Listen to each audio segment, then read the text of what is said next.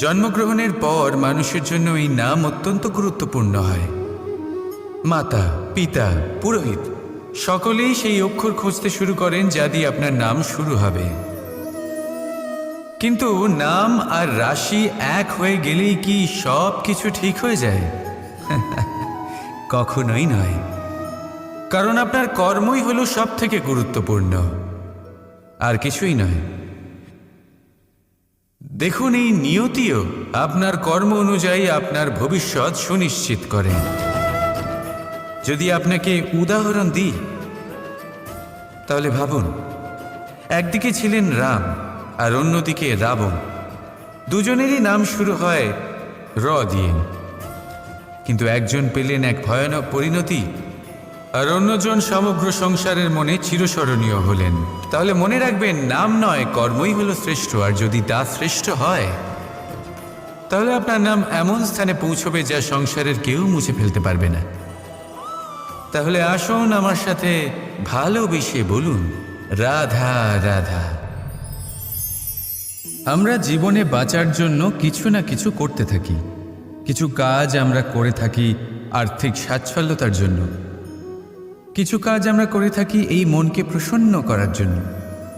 কিন্তু আমাদের মধ্যে বেশিরভাগ মানুষ এই ভেবে ভেবে চিন্তার মধ্যে থাকেন যে কোনো কাজ আমরা যা ভেবেছি সেটা সেভাবে ঠিক হলো না, বা এই কাজ সম্পূর্ণ হলো না, বা কাজের পরিমাণ দেখে দুশ্চিন্তা করতে থাকেন। এবার এই যে দুশ্চিন্তা, এটা দুঃখকে আহ্বান করে, আর দুঃখ প্রতি মুহূর্তে আমাদের মেরে ফেলে। তাহলে ভাবুন, এ কি সত্যি?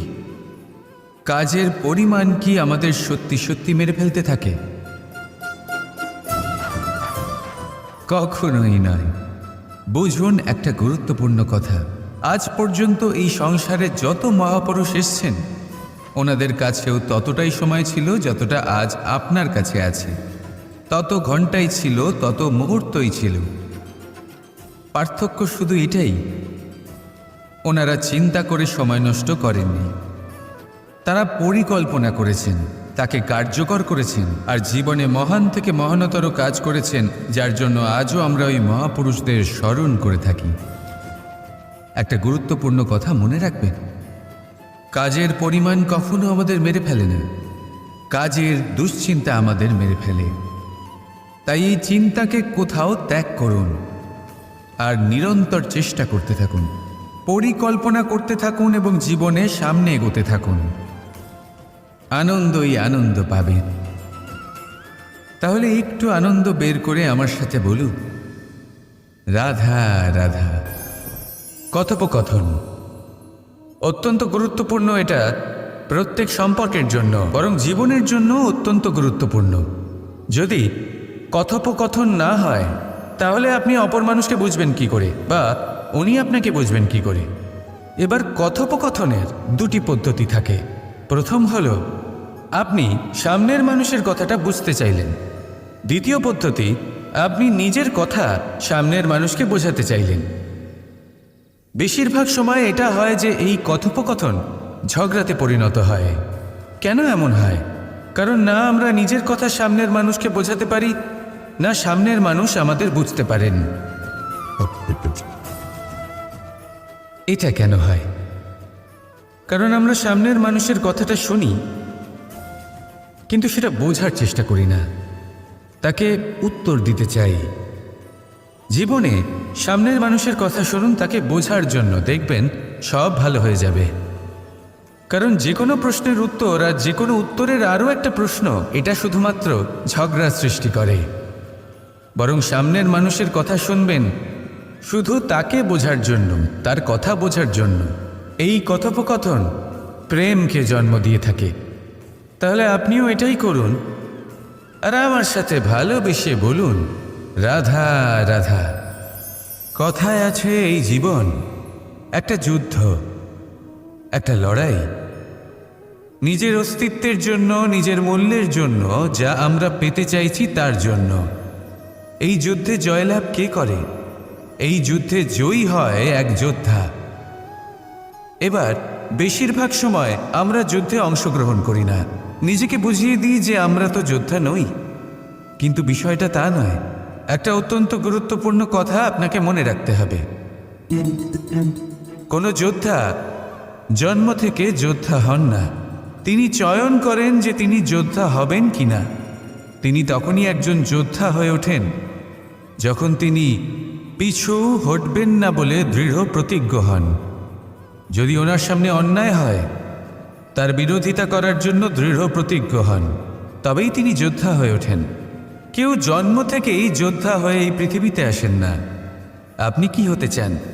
সেই দর্শক হতে চান যারা যুদ্ধভূমিতে বসে থেকে অন্য কারোর জয় উচ্ছ্বাস প্রকাশ করেন, নাকি সেই যোদ্ধা হতে চান যিনি নিজের শৌর্য দিয়ে, বীরত্ব দিয়ে নিজের পরাক্রম প্রদর্শন করেন আর যার প্রশংসা যুগ যুগ ধরে হয়ে চলে?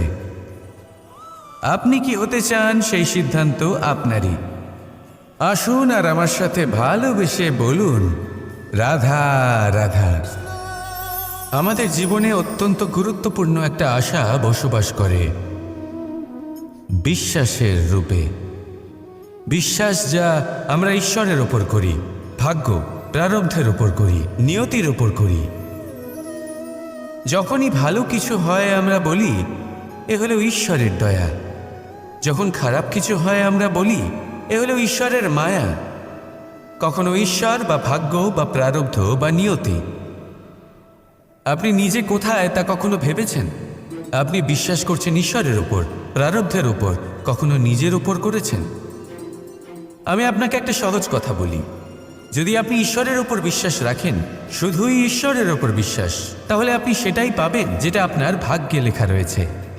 কিন্তু যদি আপনি নিজের উপর বিশ্বাস রাখেন, আত্মবিশ্বাস রাখতে শেখেন, তাহলে ঈশ্বর আর নিয়তি দুজনে মিলে আপনার ভাগ্যে সেটাই লিখবে যা আপনি চাইছেন।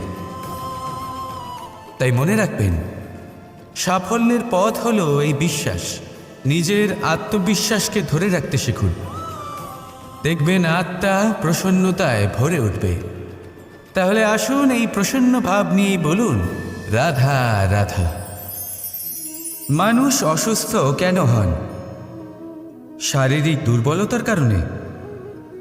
না, মানুষ অসুস্থ হন তার মানসিকতার কারণে, তার বিবেকের কারণে, তার কর্মের কারণে, তার ক্রোধের কারণে।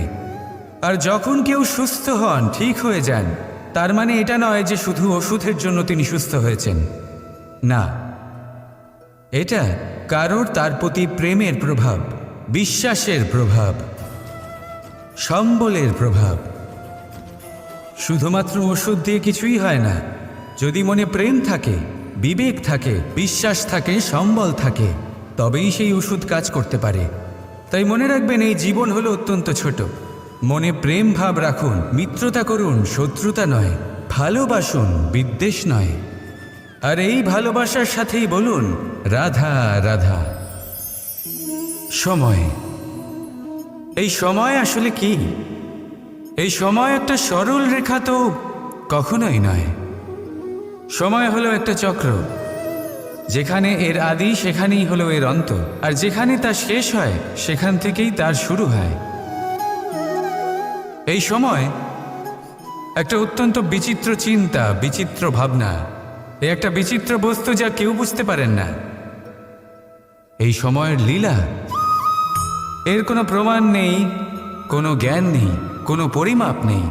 শুধু এটুকু আমরা জানতে পারি, যেখানে শেষ হবে সেখান থেকে একটা নতুন সূচনাও হবে। যা আজ আপনার কাছে আছে, কাল অন্য কারোর কাছে যাবে, তারপরে তার কাছ থেকেও অন্য কারোর কাছে যাবে, তারপরে তার থেকেও ছিনিয়ে নেওয়া হবে।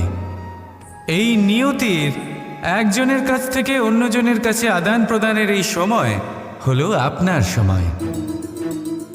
এই সময়ের সদ্ব্যবহার করুন, এই সময়কে বাঁচুন। আপনাকে শুধু এটাই সুনিশ্চিত করতে হবে যে আপনি কোন পক্ষে আছেন। আর সত্যি বলতে কি, আপনার জীবনের পরিণাম নির্ভর করে আপনার নির্বাচনের ওপর। আপনি কোন পক্ষ নির্বাচন করছেন? তাহলে মনে রাখবেন, জীবনে সেই পক্ষই নির্বাচন করবেন যা চয়ন করার পরে আপনি সুখ অনুভব করবেন, আপনি সন্তোষ লাভ করবেন, প্রসন্নতা লাভ করবেন। আর আমি এটাই সুনিশ্চিত করব যে এই পক্ষ যেন শান্তির পক্ষ হয়, এই পক্ষই যেন প্রেমের পক্ষ হয়। তাহলে চিন্তা করবেন না, আর আসুন আমার সাথে ভালোবেসে বলুন, রাধা রাধা।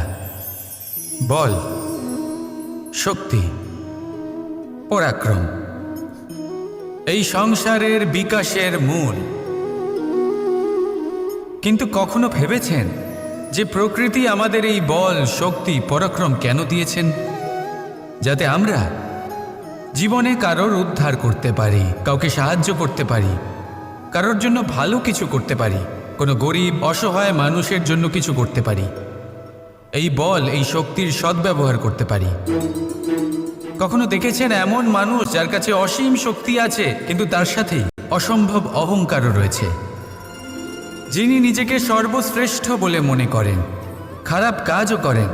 আপনি দেখবেন প্রকৃতি এবং মানুষ তাকে ভাঙতে সর্বদা চেষ্টা করেন। মনে রাখবেন, যতই সুবিশাল পর্বত হোক না কেন, তা যদি পথে পড়ে তাকে ভেঙে পথ প্রশস্ত করা হয়। যদি আপনার কাছে বল থাকে, শক্তি থাকে, পরাক্রম থাকে, তাহলে তার সদ্ব্যবহার করুন, কাউকে সাহায্য করুন, কাউকে রক্ষা করুন। যদি আপনি আপনার শক্তির দুর্ব্যবহার করেন, তাহলে মনে রাখবেন আপনি নিজের বিনাশ নিজেই আমন্ত্রণ করছেন। এবার বল অর্জন করার পরে, শক্তি অর্জন করার পরে আপনি নিজেকে বিনাশ করতে চান নাকি এই সংসারের উদ্ধার করতে চান? সিদ্ধান্ত আপনার। রাধা রাধা।